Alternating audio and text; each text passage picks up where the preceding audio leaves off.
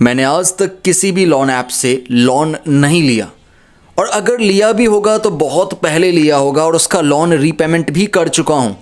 लेकिन अब मुझे व्हाट्सएप पर क्रेजी रूपी और क्रेडिट वॉलेट के नाम से लोन रीपेमेंट के मैसेजेस मिल रहे हैं, जहां बताया जा रहा है कि लोन ओवरड्यू हो गया है और रीपेमेंट करने को कहा जा रहा है। अब इस कंडीशन में मैं क्या करूं? इस तरीके का सवाल पूछते हुए कुछ सब्सक्राइबर्स ने मुझे इंस्टाग्राम पर कांटेक्ट किया था और इसी वजह से ये अवेयरनेस की वीडियो बना रहा हूं।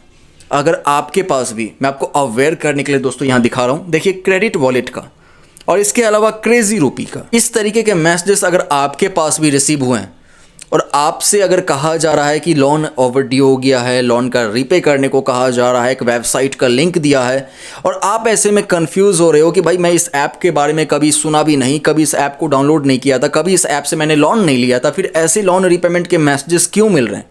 तो यहाँ पर मुझे क्या करना चाहिए? अगर ये आप जानना चाहते हो तो मैं अपना पर्सनल ओपिनियन बता देता हूँ बिना समय बर्बाद किए। देखो दोस्तों, अगर मैं आपकी जगह पे होऊंगा और मेरे फ़ोन पर अगर ऐसे मैसेजेस रिसीव होंगे जिस ऐप का नाम मैंने कभी सुना नहीं होगा, कभी उससे लोन लिया नहीं है, मैं इस बारे में कंफर्म हूँ कि मैंने उससे कभी लोन नहीं लिया और उसके नाम से मुझे लोन रीपेमेंट के मैसेजेस मिल रहे हैं, तो मैं उस मैसेज को फेक मैसेज समझ करके या तो ब्लॉक एंड रिपोर्ट कर दूंगा या तो डिलीट कर दूंगा।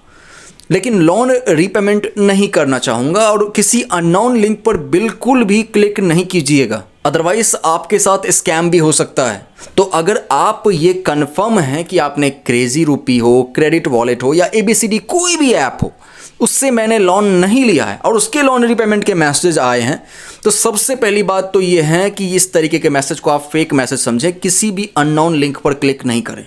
दूसरी बात यह कि ऐसे फेक मैसेज में आपको लोन का रीपेमेंट नहीं करना चाहिए, ठीक है?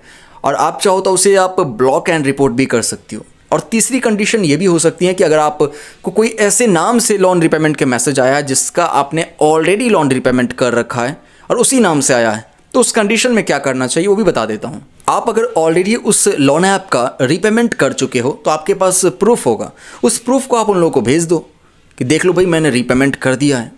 लेकिन अगर ये लोग उसे फिर भी अपडेट नहीं करता है, आपको फिर से रीपेमेंट के मैसेजेस आ रहे हैं, रीपेमेंट करने को कहा जा रहा है, परेशान किया जा रहा है, तो उस कंडीशन में आपको अपने एरिया में नियर बाय में जो भी साइबर पुलिस स्टेशन है वहाँ पर जाकर के साइबर क्राइम में जो है कंप्लेन कर देना है। ये कंप्लेन आप 1930 नंबर को डायल करके भी कर सकती हो या फिर आप cybercrime.gov.in वेबसाइट पर भी जाकर के अपने साथ हो रहे स्कैम की कंप्लेन कर सकते हो।